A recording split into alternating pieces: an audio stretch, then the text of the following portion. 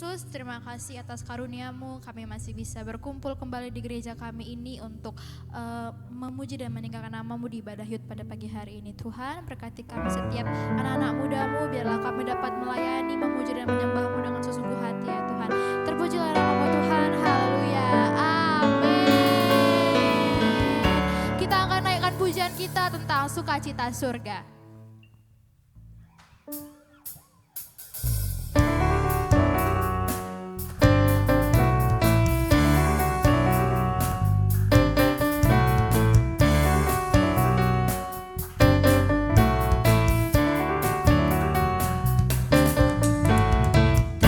Sukacita surga, itulah kekuatan bagi jiwa.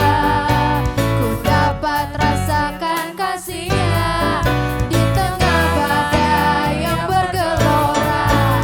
Terima sukacita surga, itulah kekuatan bagi jiwa. Ku dapat rasakan kuasa-Nya, taklukkan badai yang bergelora.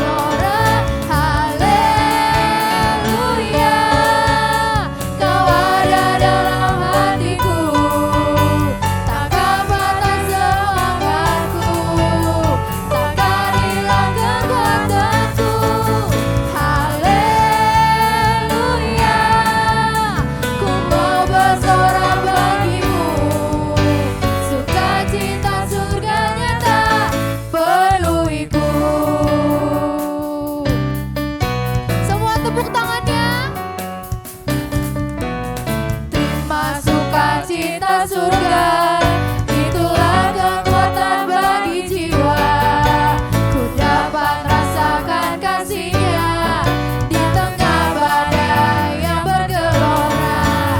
Terima sukacita surga, itulah kekuatan bagi jiwa. Ku dapat saksikan kuasa-Nya, taklukkan badai yang bergelora.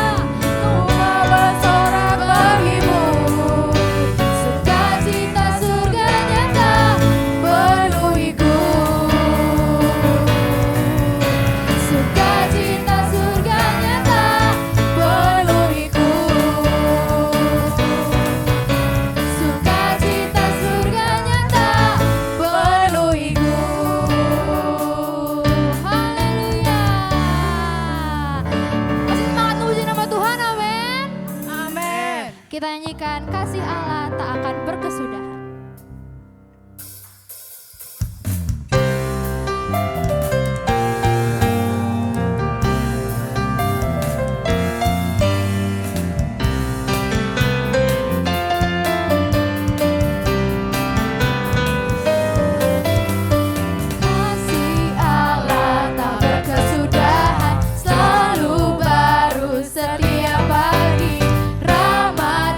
Pun tak pernah berakhir.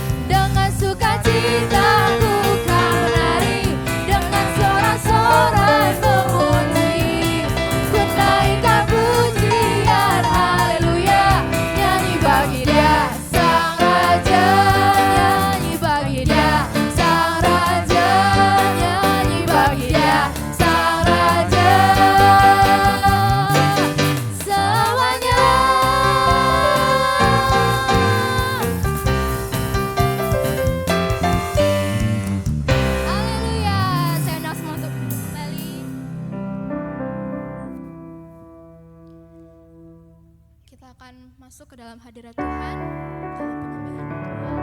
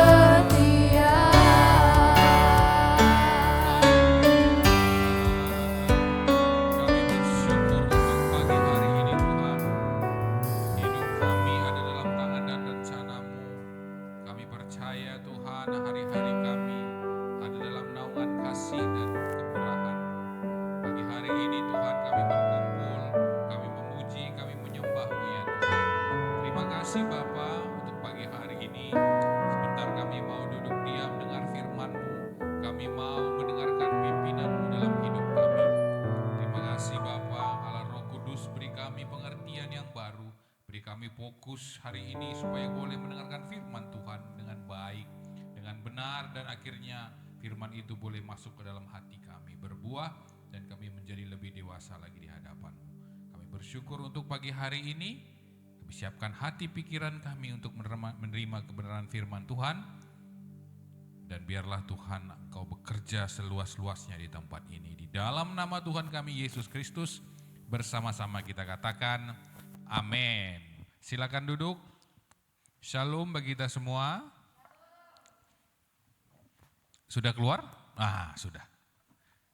Nampak ya? Hari ini kita Ya, hari ini kita akan mendengarkan firman Tuhan dengan tema menjaga fokus. Ya, kadang-kadang dalam kehidupan kita ini kita sudah belajar gitu, kita sudah berusaha gitu, kita sudah berdoa gitu, ya kan? Dan apa yang kita lakukan itu sudah maksimal menurut kita. Tetapi kok hasilnya kadang-kadang enggak seperti yang kita harapkan. Hasilnya mengecewakan. Hasilnya itu tidak seperti yang kita mau, yang kita doakan di hadapan Tuhan. Bukan kita karena kurang berdoa, bukan kita karena kurang persiapan, bukan karena kita ini kurang dalam perlengkapan atau peralatan, tapi kadang-kadang kita bisa gagal, kita bisa tidak maksimal itu karena satu hal yang disebut dengan fokus. Kita kurang fokus, kita kurang bisa memaksimalkan kemampuan kita dalam belajar, dalam bekerja, amin. Hari ini kita mau belajar bagaimana supaya anak-anak muda di tempat ini bisa fokus. Apalagi yang sedang sekolah, ya kan? Banyak hal-hal yang membuat kita itu kadang-kadang gagal. Banyak hal yang membuat kadang-kadang kita menjadi tidak maksimal. Kenapa nilaiku ya bang, ya pak cuma 7. Padahal aku itu nilai harianku itu 10, 9, 8. Ya, waktu ujian itu ditentukan, bayangkan dalam 2 jam itulah jam yang paling menentukan kita ketika kita ingin memperoleh nilai. 2 jam itu adalah gold time, waktu emas. Di mana di sana kita harus punya fokus. Begitu juga nanti yang pada mau wawancara ketika mau bekerja. Kita ditentukan oleh suatu masa, waktu yang tidak banyak, dan itu adalah waktu yang paling berharga dalam hidup kita. Di sanalah yang dibutuhkan yang namanya fokus. Begitu juga dengan firman Tuhan. Kenapa kok banyak orang tidak bisa maksimal mendengarkan firman Tuhan? Karena tidak fokus, pikirannya bercabang kemana-mana. Next, menjaga fokus temanya ya. Bagian pertama, realita anak muda, melihat dunia kita dengan kacamata dengan kejujuran. Next. Nah, ada 3 fokus utama, pencuri fokus utama yang kita sebut distraksi.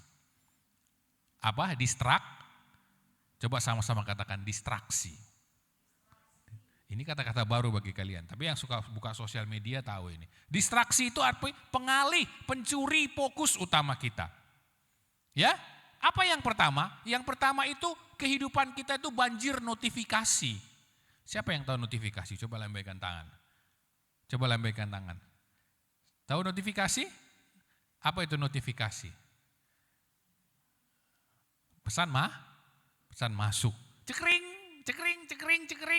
Terlalu banyak notifikasi dalam kehidupan kita. Ya, rangsangan instan dari smartphone kita menyita waktu kita. Sebentar-sebentar pesan, sebentar-sebentar WA group, sebentar-sebentar Instagram, sebentar-sebentar Facebook. Kita sibuk sekali. Ya, kita sibuk. Kita sudah belajar, saat teduh, tapi produktivitas kita tidak maksimal. Kenapa? Karena hidup kita dipenuhi oleh notifikasi. Hari-hari kita sibuk kita membalas yang namanya pesan chat. Notifikasi dari notifikasi yang lain. Jam-jam kita habiskan untuk membaca notifikasi. Baik dari Instagram, semua kita baca, semua lagi, belum lagi yang punya email, belum lagi yang Telegram, apalagi sekarang. Ya kan? WeChat, WhatsApp, apapun itu. Itu yang pertama. Pencuri fokus utama kita atau distraksi itu yang pertama anak-anak muda di tempat ini adalah kebanyakan notifikasi dalam hidupnya. Iya kan? WA grupnya ada 28. Setiap hari bunyi kering dan harus dibalas satu persatu. Kalau tidak nanti keluar dari circle. Ya kan? Gitu kan? Yang kedua, apa yang terjadi? Pencuri fokus utama atau distraksi itu yang kedua adalah FOMO. Siapa tahu sini arti FOMO? Coba lambaikan tangan. Alena tahu FOMO? Tahu ya? Nika tahu FOMO? Tahu ya? Olivia tahu FOMO? Tahu ya? Kecemasan sosial karena merasa tertinggal tren. Iya kan? Enggak keren. Iya kan? Apa istilahnya itu? Enggak culture. Jadi anak-anak muda sekarang berlomba-lomba supaya menjadi tren. Diakui. Tujuannya hanya mendapatkan jempol, like di Instagram. Iya kan? Ini yang terjadi hari ini. Orang-orang menjadi FOMO kalau ada sesuatu yang ramai di sana ikut sana. Ya kan? Ada padel dibuka sana ikut main padel. Ya kan? Padahal dia talentanya bermain musik, main padel. Ada yang sana lagi buka makanan rame-rame, ikut di sana. Ini yang terjadi, pencuri fokus utama kita, distraksi yang kedua itu adalah sindrom FOMO. Kita itu menjadi orang yang keren di mata dunia. Orang-orang mengakui kita trendy di mata dunia, belum tentu di mata Tuhan. Amin. Yang ketiga, overthinking. Ya, overthinking ini khawatir berlebihan tentang masa depan, studi, ya kan? Tidak bisa mengendalikan emosi, tidak bisa mengendalikan keadaan. Ada yang mulai overthinking dengan jodoh, sehingga kadang-kadang iman itu menjadi second. Ya, iman itu menjadi barang bekas dalam kehidupan kita. Ya, kita terlalu overthinking, ke depan bagaimana ya? Kalau kubuat ini apa teman-temanku menerimanya ya? Kalau kubuat gini apa guruku? Ada 3 yang membuat kita kehilangan fokus utama kita. Yang pertama tadi adalah terlalu banyak sama-sama kita katakan terlalu banyak notifikasi. Belum sama-sama, 1, 2, 3 ya. Yang kedua, sindrom FOMO. Yang ketiga, overthinking. Inilah yang membuat kita kadang-kadang menyimpang. Mau fokus melayani, tiba-tiba masuk WA, cekring dari pacarnya. Kita putus dulu ya, waduh gak jadi melayani, mukanya berubah. Sementara cekring, masuk dari temannya, circle-nya. Hari ini kita ngumpul ya di sini ya, pakai sepatu biru, baju biru, topi biru. Mulai FOMO ya kan, cari-cari di rumah. Ya kan, kalau gak ada mulai merajuk. Gak ada bajuku begini-begini. Wah, ini yang terjadi hari ini.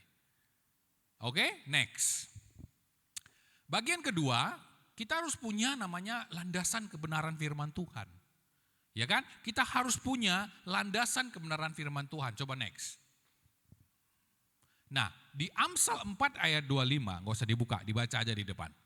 Apa kata Amsal? Amsal ini dibuat oleh seorang yang paling pintar yang pernah ada di muka bumi ini. Raja Salomo, dan dia adalah orang yang paling kaya dan paling pintar yang ada di muka bumi ini. Katanya begini, firman Tuhan, biarlah matamu memandang terus ke depan dan tatapan matamu tetap ke muka. Artinya, orang-orang yang pintar itu punya fokus. Ya, orang-orang yang pintar itu bukan intelijensianya tinggi, IQ-nya di atas rata-rata, tidak. Orang-orang yang pintar itu punya kemampuan fokus yang luar biasa. Matanya ke depan. Fokusnya, pikirannya diarahkan ke depan. Biarlah matamu memandang terus ke depan dan tatapan matamu tetap ke depan. Tetap ke muka. Oh, saya pikir sonor rupanya bunyi truk. Next. Kenapa kita harus fokus? Ada prinsip di fisika, sini semua sudah pada sekolah ya. Prinsip kaca pembesar. Jika kita ambil kaca pembesar itu, ya kan? Kaca pembesar itu tujuannya apa? Dia tuh membesarkan. Tetapi ketika dia di bawah sinar, maka sinar yang melewati kaca pembesar itu akan menjadi fokus pada satu titik. Ya, semua sudah belajar ini? Sudah? No, udah belajar no? Udah? Belajar pernah kan? Pernah dibuat di rumah? Ambil kaca pembesar, kan anak-anak suka itu kan? Ada semut kita lihat, ada titiknya gitu. Biasanya kalau pakai kaca pembesar kita bawa ditaruh di bawah sinar matahari, dia ada satu titiknya bercahaya di bawah. Titik itu kalau kita pegang itu panas sekali. Artinya apa? Semua sinar matahari itu ketika melewati kaca pembesar itu difokuskan pada satu titik. Firman Tuhan katakan begitu juga dengan kehidupan kita. Kalau kita fokus, maka energi kita terpusat 100%. Amin. Ketika kamu fokus meletakkan bakatmu, waktumu, energimu, maka pada kehendak Tuhan, masa mudamu akan menghasilkan dampak yang luar biasa. Karena itu hukum alam, alam Tuhan yang buat. Sesuatu yang fokus itu, ya, itu 100% kekuatannya. Jadi kalau pikiran kita tercabang-cabang, banyak notifikasi, banyak keinginan kita supaya FOMO, overthinking, itu akan distract. Tidak fokus lagi. Kekuatan kita menjadi 70% di pelayanan, 50% di pendidikan, 30% circle kita, 80% di pacar kita. Menyebar, tidak satu titik. Kekuatan kita tidak 100%. Next. Bagian 3, kita mau belajar dari seorang Petrus. Next. Ada gambarnya. Ketika Tuhan Yesus menyuruh Petrus untuk jalan di atas air, ya. Selama mata Petrus itu fokus sama Tuhan Yesus, lihat. Ya kan? Selama dia fokus kepada Tuhan Yesus, maka dia bisa berjalan di atas air. Kenapa? Karena dia fokus sama Tuhan Yesus. Dan ketika dia melihat lingkungan sekitar dia ke-distract, terjadi distraksi, fokusnya mulai hilang. Kendali pikirannya terhadap fokusnya mulai melihat situasi di sekitarnya. Ada ombak, ada angin, mulai kena ke badan dia mulai merasa dingin, kakinya mulai merasa terayung-ayung oleh ombak. Apa yang terjadi? Dia mulai tenggelam. Begitu matanya beralih dari pandangannya kepada Kristus, terjadi yang namanya distraksi. Terjadi yang namanya ketakutan, terjadi yang namanya kehilangan fokus sehingga dia hampir tenggelam. Untung di sana ada Tuhan. Ya. Kenapa anak-anak muda, kenapa kita semua harus melibatkan Tuhan? Ya, dalam kehidupan ini kadang-kadang kita mengalami yang namanya distraksi. Kita juga hidup di dunia, kita masih pakai daging, kita mengalami yang namanya distraksi. Itu tidak bisa kita hindari. Tetapi ketika ada kehadiran Yesus dalam kehidupan kita, ketika kita terdistraksi, kita kehilangan fokus, maka Tuhan memberikan tangannya untuk menolong kita. Katakan amin. Hari ini kita harus berdoa sama Tuhan. Tuhan hadirlah dalam hidupku. Tuhan ajarlah aku menjadi fokus. Tapi ketika kita mulai tidak fokus, ada tangan Tuhan yang menolong kita supaya jangan kita tenggelam. Katakan amin. Makanya kita berdoa sama Tuhan. Hadir bagi hidupku Tuhan. Hadir bagi pendidikanku, hadir bagi pekerjaanku, hadir bagi keluargaku. Amin. Next. Saya membuat ada siasatnya. Bagaimana supaya kita itu bisa fokus. Bisa fokus belajar, fokus melayani, ya kan? Saya hampir 2 tahun bekerja di perusahaan Jepang. Namanya JICA, OCG JICA. Saya melihat di sana bagaimana orang-orang Jepang ini kalau pintar sama semua. Pintarnya sama semua kita. Tuhan ciptakan kepintaran kita hampir merata. Tapi mereka punya sesuatu yang lebih dari kita, mereka itu fokus.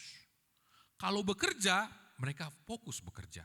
Di luar kerja, kalau bermain-main, misalnya kan tiba-tiba bos saya ajak, ayo kita jalan-jalan, kita jalan sore, fokus jalan.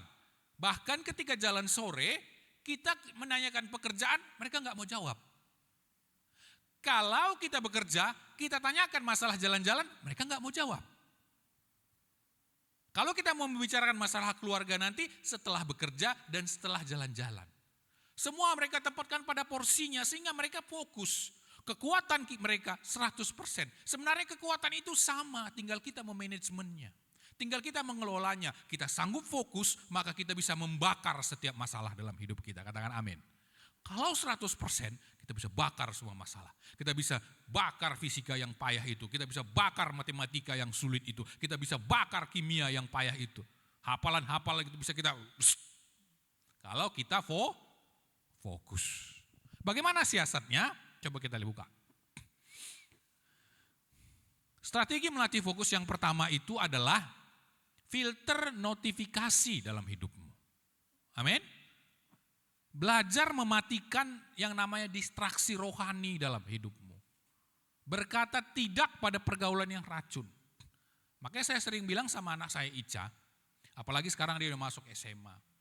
Sedapat mungkin, ya, ini ada anak-anak gadis di sini, ada anak-anak lajang di sini. Sedapat mungkin, ya, kalau bisa, gak usah dulu namanya pacaran. Suka boleh, itu naluri seorang wanita, naluri seorang laki-laki suka sama lawan jenisnya, itu gak apa-apa.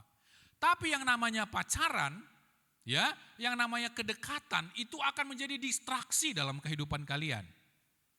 Amin. Ya, anak-anak muda ya. Yang di belakang nih siapa nih? Christian, Ono, Kiel, ya kan? Sedapat mungkin, sebaik-baiknya jangan dulu pacaran.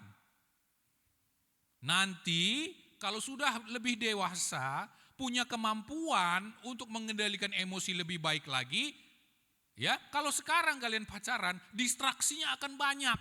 Kalian akan kehilangan fokus, sebentar-sebentar curhat, sebentar-sebentar berantem, sebentar-sebentar overthinking. Kita menjadi orang-orang yang memberikan advice, kita menjadi orang-orang yang menjadi telinga bagi orang lain. Kita akan kehilangan kekuatan kita. Kekuatan kita ketika kita melayani tidak 100%, ketika kita belajar tidak 100%, akhirnya apa? Kita menjadi orang-orang yang zero prestation. Kehilangan prestasi dalam kehidupan kita. Ya, belajar kurangi notifikasi yang mendistraksi kehidupan kita. Dan belajar juga dengan HP kita. Coba buka di halaman pertama. Kalau ada notifikasi-notifikasi yang nggak perlu, matikan saja. Nonaktifkan saja. Sehingga itu tidak mengganggu dalam kehidupan kita. Amin. Ya kan bisa kan? Bisa Lena. Misalnya ada Telkomsel gitu kan bisa dihilangkan notifikasinya. Non-aktif. Bisa nggak kita hilangkan notifikasi WhatsApp? Bisa dibisukan. Sehingga kita sebentar kita mau buka buku, kita mau belajar. Kita belajar integral, ya kan? Kita belajar diferensial, kita belajar kali-kali, 5 kali 5, 25, 5 kali 6, 30, cekring katanya. Buka dulu, balik lagi belajar. Kapan pintarnya? Kalau kita selalu teralihkan fokus kita. Yang kedua, set kalibrasi setiap pagi. Ya, ini paling penting dalam kehidupan kita. Kita perlu namanya pengaturan ulang. Kalau di handphone kita ada pengaturan, kita bisa pilih lagunya, kita bisa pilih waktunya, kita bisa pilih tema dalam handphone kita, mau itu hari ini warnanya biru, besok warnanya pink, lagunya mungkin kring, besok cuit-cuit, bisa kita buat semuanya. Begitu juga dalam kehidupan kita harus set kalibrasi kehidupan kita. Ya,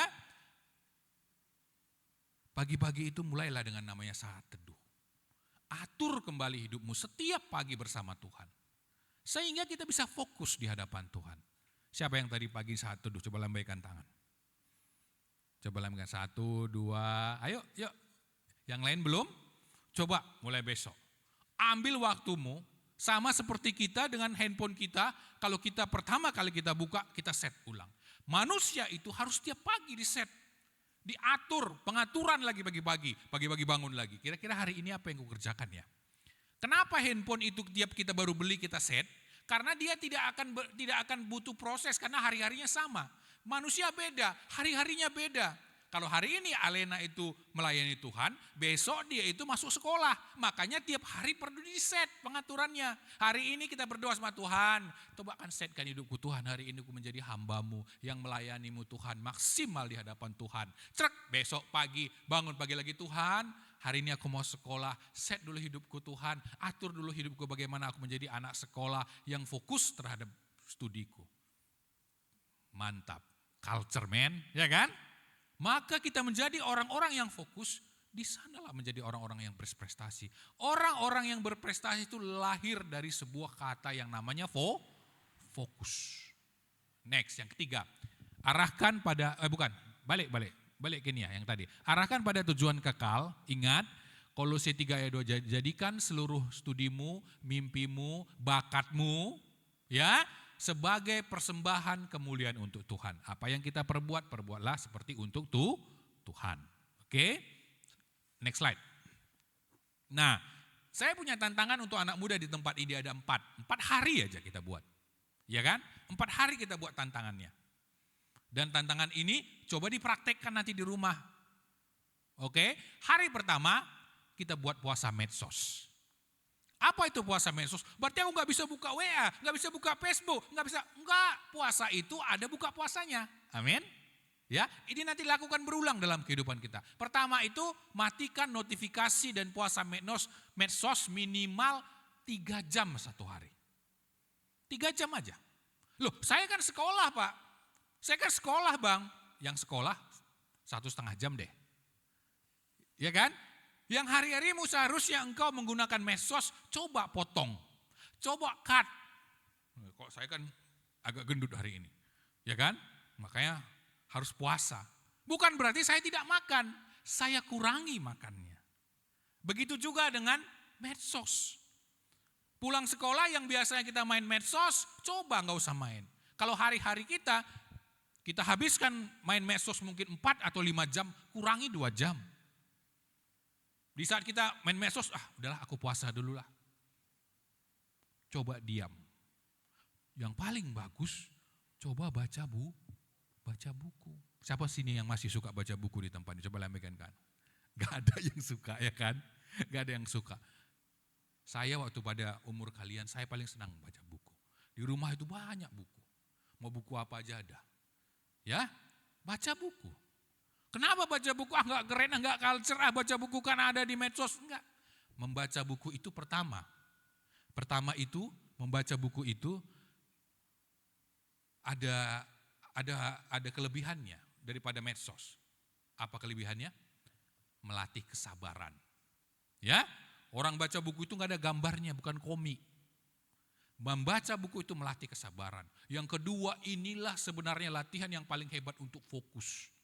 Ya kan? Kalau kita baca buku, kalau kita baca buku, matikan handphone kalian. Cekrek, matikan, 1,5 jam aja baca buku.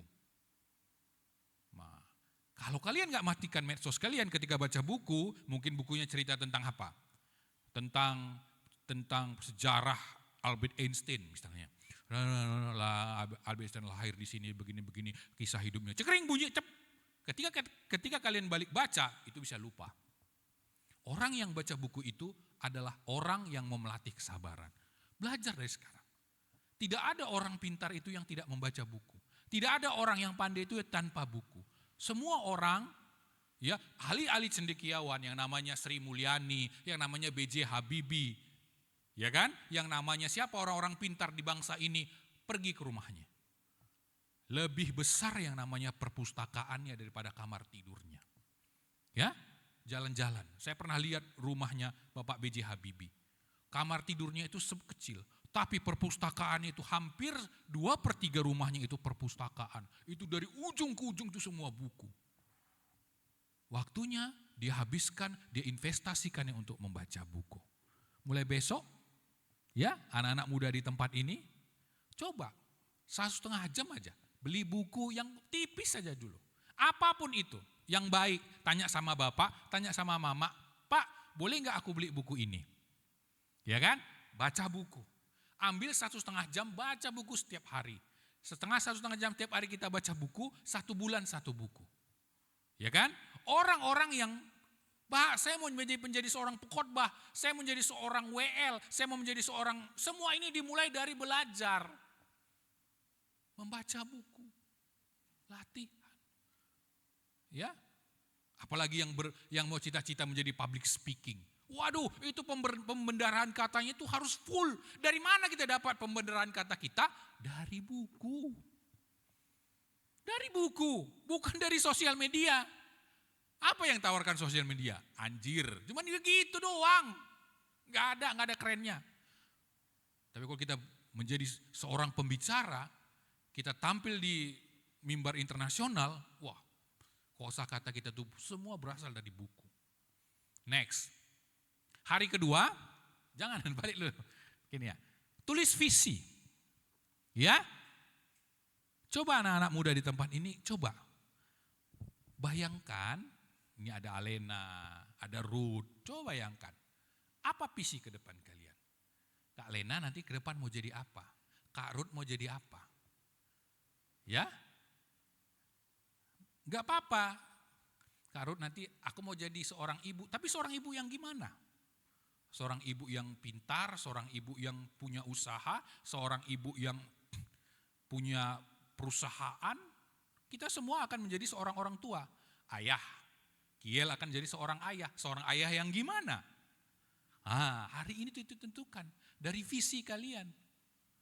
Ya, yang ketiga, hari ketiga itu punya me time. Apa me time? Me time itu saat kita sendiri bersama Tuhan. Ini yang saya bilang tadi saat teduh. Ya, coba besok tiap pagi. Gak usah lama dulu lah, kita mulai dari setengah jam. Nanti naik sampai 1 jam. Ya, kita mulai setengah jam. Set ulang kehidupanmu. Hari ini kita melayani, bilang sama Tuhan, Tuhan, aku hari ini melayani loh. Apa yang membuat aku bisa menjadi fokus Tuhan melayanimu? Yang keempat, evaluasi dalam kehidupan kita. Ya, maka apa yang saya bilang tadi, apa yang Bapak bilang tadi, apa yang Abang bilang tadi, bahwa ketika kita bisa fokuskan kekuatan kita, kalau namanya juara 1 itu nakku gampang sama Tuhan. Ketika kita bisa fokuskan kekuatan kita, kalau namanya itu universitas yang paling keren, yang paling hebat di Indonesia itu gampang. Tuhan cuma bilang fokus. Berjalan bersamaku, lihat aku kata Tuhan, fokus. Pandang Tuhan. Ya, amin.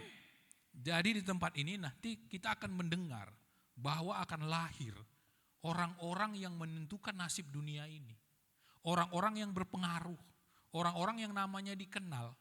Itu semua dimulai dari sesuatu yang namanya fokus. Ya, kalian kira YouTuber-YouTuber itu semua itu dimulai tiba-tiba boom, langsung kaya gini? Enggak.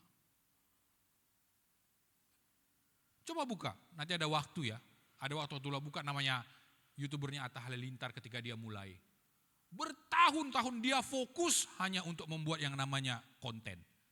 Fokus dari yang paling jelek sampai yang paling bagus hari ini. Dari dulu dia miskin sampai kaya hari ini fokus. Itu saja dikerjakan. Fokus. Firman Tuhan katakan orang yang fokus itu akan sukses berjalan bersama Tuhan. Bukan hanya sukses, berjalan di atas air saja ketika orang yang fokus itu bisa bersama Tuhan. Apalagi kalian anak-anak Tuhan. Amin. Belajar fokus. Bekerja keras, butuh kesabaran, fokus bersama Tuhan. Siapa contohnya? Oh, kita mau ada apa? Ice breaking ya? Ya, oke. Next. Satu lagi yang terakhir, kesimpulannya. Habis, kesimpulan, apa distraksi terbesar dalam hidupmu? Cari. Ya, apa yang bisa membuat engkau tidak fokus dalam kehidupan ini? Cari. Sehingga buat komitmen di hadapan Tuhan, minta bantu Roh Kudus untuk bisa mengatasinya. Ya, dan bersama Tuhan di Amsal 4 ayat 25 katakan stay focus and stay blessed. Tetap fokus dan diberkati oleh Tuhan. Amin. Kita tutup Alkitab kita berdoa. Terpujilah namanya Tuhan, Allah kami yang luar biasa yang mengajari kami, yang selalu rindu membawa anak-anak dalam keberhasilan dan kesuksesan. Setiap hidup kami serahkan dalam tangan Tuhan. Ajar kami ya Roh Kudus, sehingga hidup kami dipenuhi oleh kefokusan dan kami bisa fokus terhadap apapun yang kami kerjakan. Kami bisa fokus dalam pelayanan kami bisa fokus di dalam studi kami bisa fokus menjadi anak, kami bisa fokus menjadi orang tua dalam kehidupan kami. Terima kasih Bapa, pagi hari ini firman-Mu sudah selesai disampaikan dan kami percayalah Roh Kudus memeteraikan firman ini menjadi kekuatan bagi tubuh kami, membuat kekuatan bagi roh kami, dan kekuatan bagi jiwa kami. Kami bersyukur Tuhan, di dalam nama Tuhan kami Yesus Kristus, kita yang sudah mendengarkan firman Tuhan, bersama-sama kita katakan, amin.